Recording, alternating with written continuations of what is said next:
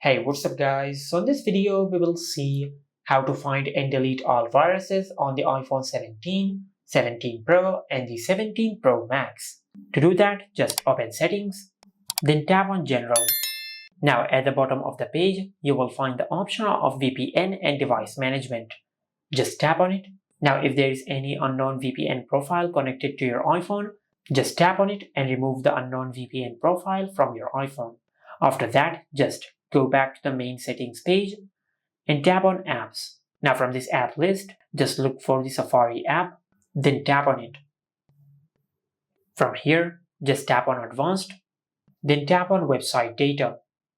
Now at the bottom of the page, you will find the option of Remove All Website Data.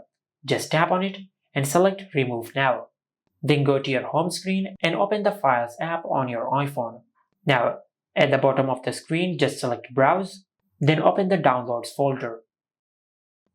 Now just check for any files which you do not recognize.